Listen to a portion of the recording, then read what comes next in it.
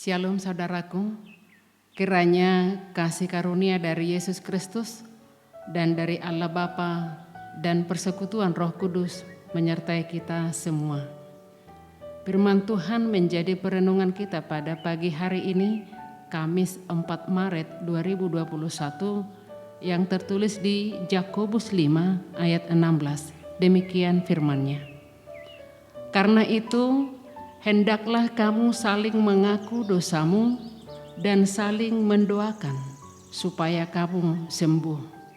Doa orang yang benar, bila dengan yakin didoakan, sangat besar kuasanya. Demikian firman Tuhan.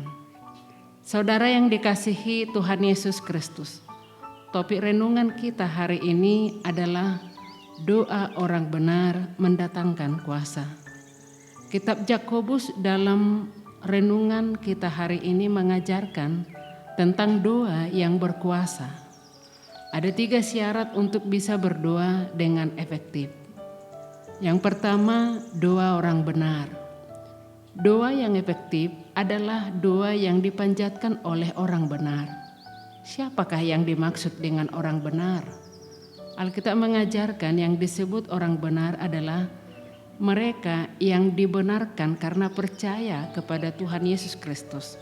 Rom 3 ayat 26 dan Rom 5 ayat 1. Orang benar adalah mereka yang menerima Yesus Kristus sebagai Tuhan dan Juru Selamat, sehingga mereka dibenarkan. Mereka bukannya tidak pernah berbuat salah, tetapi mereka dibenarkan karena percaya kepada Tuhan Yesus. Itulah yang dimaksud dengan anugerah, sehingga kita layak memohon kepadanya. Yang kedua, dengan yakin didoakan.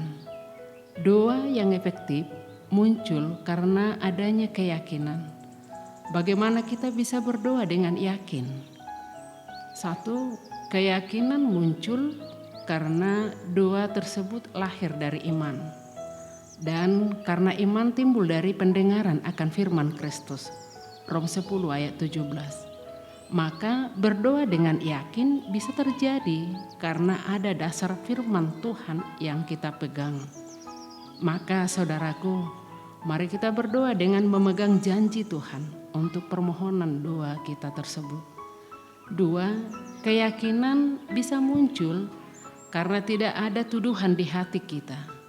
Itu sebabnya Yakobus 5 ayat 16a ini mengajarkan dan membimbing kita untuk saling mengaku dosa kita sebelum saling mendoakan. Pengakuan dosa yang tulus akan menghilangkan tuduhan di hati kita. Apakah saudara cukup punya iman untuk menaikkan doa saat ini? Jika belum, selidikilah firman Tuhan. Carilah dan kemudian peganglah janjinya dalam doamu. Setelah itu, mari kita selidiki hati kita. Apakah ada dosa yang perlu dibereskan? Apakah ada kesalahan yang perlu diakui? Doa yang efektif yang ketiga adalah ketekunan. Di ayat 17, kelanjutan dari nats renungan kita pagi ini, memberikan contoh tentang Elia yang berdoa dengan sungguh-sungguh. Kesungguhan dalam doa melibatkan ketekunan. Ketika Elia berdoa dengan sungguh-sungguh kepada Tuhan, mujizat pun terjadi. Saat berhadapan dengan Ahab, Elia berkata, "Demi Tuhan yang hidup, Allah Israel yang kulayani, sesungguhnya tidak akan ada embun atau hujan pada tahun-tahun ini kecuali kalau kukatakan." 1 Raja-Raja 17 ayat 1.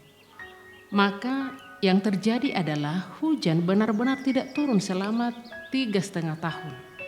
Namun ketika Elia berdoa kepada Tuhan supaya turun hujan, langit pun menurunkan hujan.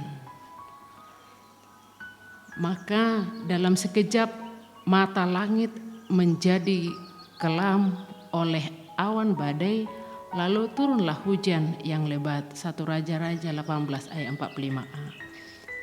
Begitu juga dengan Elisa. Ketika ia berdoa, minyak dalam buli-buli seorang janda yang terlilit hutang tidak habis-habis sampai minyak itu dapat dijual. sehingga hutang-hutangnya terbayar. Di 2 Raja-Raja 4 ayat 1 sampai 7.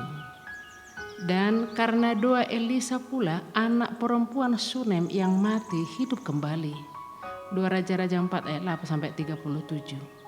Dan tokoh lain dapat juga kita baca dalam Yosua 10 ayat 12 sampai 15, di mana Yosua meminta kepada Tuhan agar matahari berhenti di atas Gibeon dan bulan di atas lembah Ayalon. Dan doanya terkabulkan. Luar biasa. Itu adalah beberapa contoh bagaimana Tuhan menjawab doa dari orang-orang benar. Sebagai orang percaya, kita dapat mengalami kuasa doa itu asal hidup kita benar-benar seturut dengan kehendak Tuhan. Saudara yang dikasihi Tuhan, kita juga sering mendengar kesaksian dari saudara seiman yang mengalami pertolongan dan mujizat Tuhan karena doa. Namun sebelum kita berdoa, Yakobus mengatakan bahwa kita harus saling mengaku dosa terlebih dahulu supaya doa kita didengar Tuhan. Bila hidup kita benar dan tidak menyimpan dosa, doa-doa kita pasti mendatangkan kuasa. Jikalau kamu tinggal di dalam aku dan firman-Ku tinggal di dalam kamu, mintalah apa saja yang kamu kehendaki dan kamu akan menerimanya. Yohanes 15 ayat 7. Untuk itu saudara-saudaraku yang dikasihi Tuhan, mari kita tetap berdoa, jangan ragu, jangan bimbang, dan jangan sampai bosan. Napas iman adalah doa. Untuk itu, mari kita pertahankan komunikasi yang sangat baik dengan Tuhan kita Yesus Kristus. Amin. Salam sehat saudaraku. Tuhan Yesus memberkati kita di setiap aktivitas kita. Mari tetap berdoa dan semangat bekerja. Shalom.